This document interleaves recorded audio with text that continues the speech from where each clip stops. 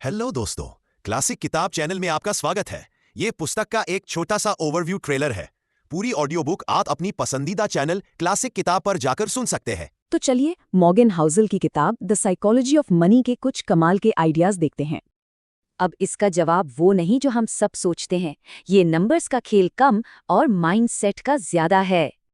मतलब financial success smart होने से नहीं बल्कि हमारे बर्ताव से तय होती है। तो इस सोच को समझने के लिए चलिए इस किताब के 5 जबरदस्त आइडियाज देखते हैं। पहला आइडिया, कोई भी पागल नहीं है। पैसे को लेकर हमारी सोच हमारे तजुर्बों से बनती है। और कमाल की बात यह है कि यही छोटे से तजुर्बे हमारी 80% सोच पर हावी हो जाते हैं। सुनने में ये शायद अजीब लगे, पर उनके लिए ये एक उम्मीद खरीदने जैसा हो सकता है। अब दूसरा आइडिया, कामयाबी सिर्फ मेहनत से नहीं मिलती, किस्मत और रिस्क का भी बड़ा रोल है। गेट्स खुद मानते हैं कि अगर लेक साइड स्कूल ना होता तो शायद माइक्रोसॉफ्ट भी नहीं होता। लेकिन किस्मत और रिस्क ये दोनों साथ साथ चलते हैं। गेट्स के दोस्त केंट इवांस भी कमाल के थे। ये रिस्क का एक दर्दनाक उदाहरण है, एक ऐसा हादसा जिस पर किसी का कोई कंट्रोल नहीं था। और यहीं आता है तीसरा आइडिया, पैसा कमाना एक बात है और उसे बनाए रखना बिल्कुल दूसरी।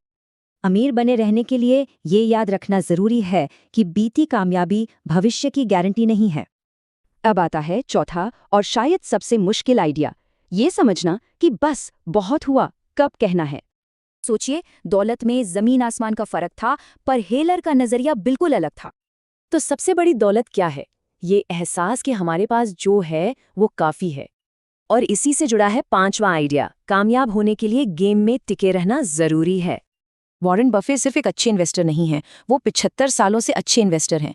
असली सीक्रेट है टाइम। क्योंकि फाइनेंस में ज्यादातर नतीजे कुछ मुट्ठी भर बड़े इवेंट्स से ही आते हैं।